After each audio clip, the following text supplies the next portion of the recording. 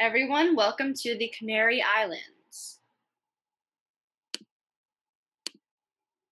So I just wanted to include a nice picture of one of the islands. And all right, so we're going to go over the topics that are going to be covered in the webinar. We're going to start off with the history, then geography and weather, sites and activities, events and holidays, food and culture, and finally some fun facts. All right, so let's start off with the history. The Canary Islands were home to the Guanches, who were conquered by the Spanish in the 15th century. When the Guanches were discovered by the Spanish, they belonged to a Neolithic culture, the type of culture that's part of the Stone Age, and they were advanced enough to use pottery. Their food staples included milk, butter, pork, and fruit. They were also monotheistic, meaning that they believed in one god, and left alphabet-like engravings.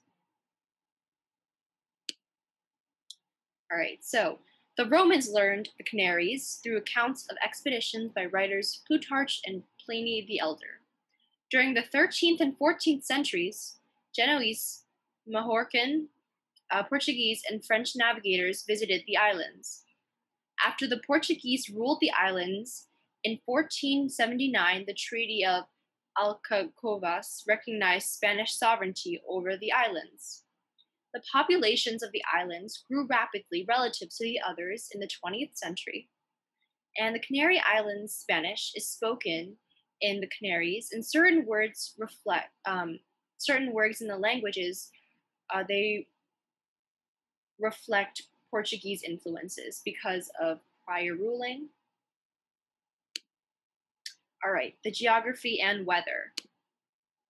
The Canary Islands are located in the Atlantic Ocean, 100 kilometers west of Morocco. They are made of 8 main islands: Tenerife, Fuerteventura, Gran Canaria, Lanzarote, La Palma, La Gomera, El Hierro, and La Graciosa, as well as many other smaller islands. The western group of islands consists of mountain peaks that rise directly from the ocean floor. The eastern group surmount a single submarine plateau called the Canary Ridge. The islands were formed by volcanic eruptions millions of years ago. All right, the weather. The islands have subtropical climate, and temperatures are warm, and there's very little seasonal variation. The average afternoon temperature in August is a high of 70 degrees Fahrenheit or 26 degrees Celsius. And in January, the temperature only drops to around 70 degrees Fahrenheit or 21 degrees Celsius. Annual precipitation is low, and the island's rich volcanic soils support a wide range of vegetation. Some sites and activities. Make sure to visit Teide National Park. The volcano located in the park is the third highest volcano in the world. It stands at 3,718 meters in altitude. The volcano is still active, and its last eruption was in 1909. Teide National Park is a UNESCO World Heritage Site. The crater is 19 kilometers in diameter, and the walls rise 457 meters above the crater floor. To see the crater from above and admire the wide-ranging views, make sure to ride the Teleférico cable cars. Make sure to relax at the beaches of Gran Canaria. The south coast of Gran Canaria is filled with beautiful golden sand beaches. There are more than 6 major beach resorts located by the beaches. The largest of these resorts is Mas Palomas, which is painted with bright umbrellas and is surrounded by restaurants, cafes, shops, and all different types of amusements. At one end of the beach, there is a protected reserve of huge sand dunes. Make sure to also observe the works of Cesar Manrique. And Cesar Manrique began a successful art career in New York, and then he returned to Lanzarote to save the island from tourist development that had ruined other islands near it. He set the island on a new environmentally and culturally sustainable path as he developed attractions that celebrated the nature of the island. Some of these attractions include a monumental modern sculpture, and handcraft gallery, and a cactus garden. All right, make sure to take walks through the lively and attractive city of Santa Cruz de Tenerife. The magnificent Auditorio de Tenerife is an opera house and a concert hall and is located in the city. The concert hall hosts world-class performances and orchestras. The Museum of Fine Arts is also located here, and you will find works by Spanish, Flemish, and Canarian painters.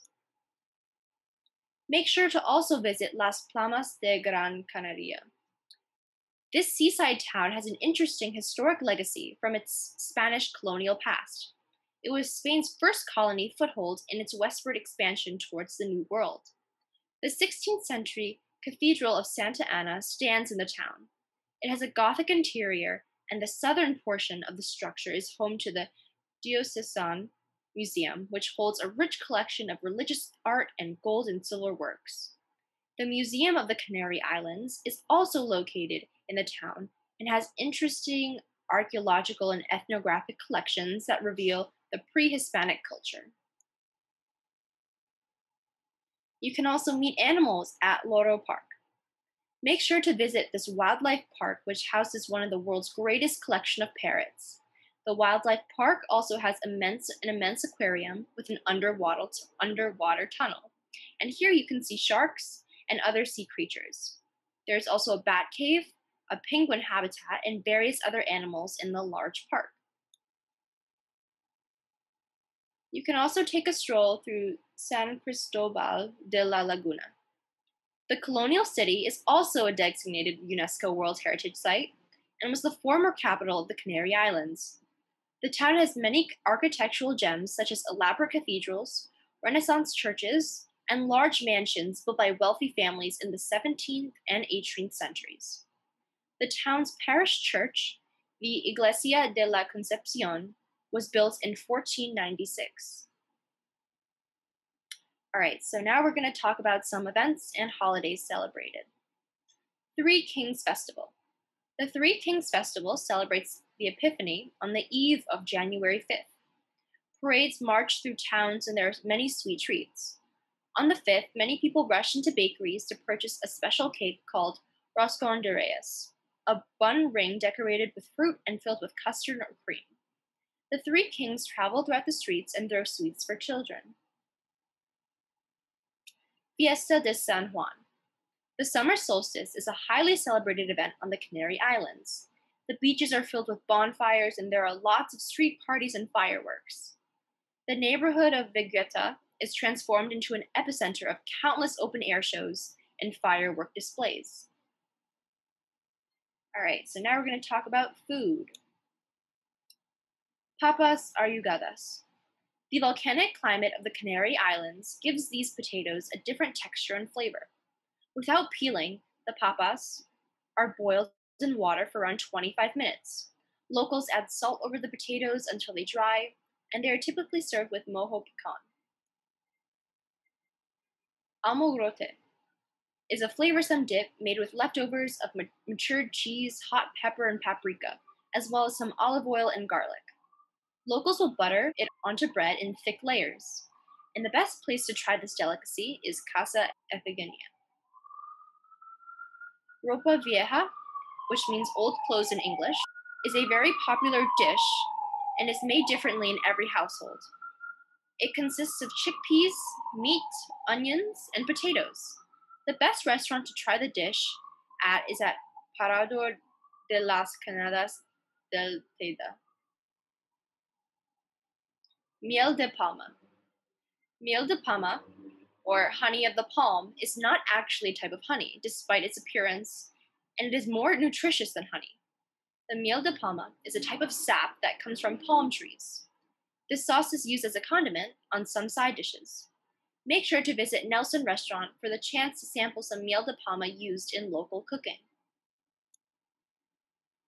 And going back to some culture, Spanish is predominantly spoken on the islands, but English is also very common. And as of 2019, the total population was 153,329 people. 72.1% are native Canary Islanders, and a great portion of residents were originally from Spain. There are also many from Venezuela, Cuba, and Colombia. In addition to football and basketball, many people like to take part in wrestling and staff fighting, which is a type of fencing. An important tradition is Romeria, which is a religious pilgrimage in honor of a saint. People will dress in religious attire and walk throughout the village singing.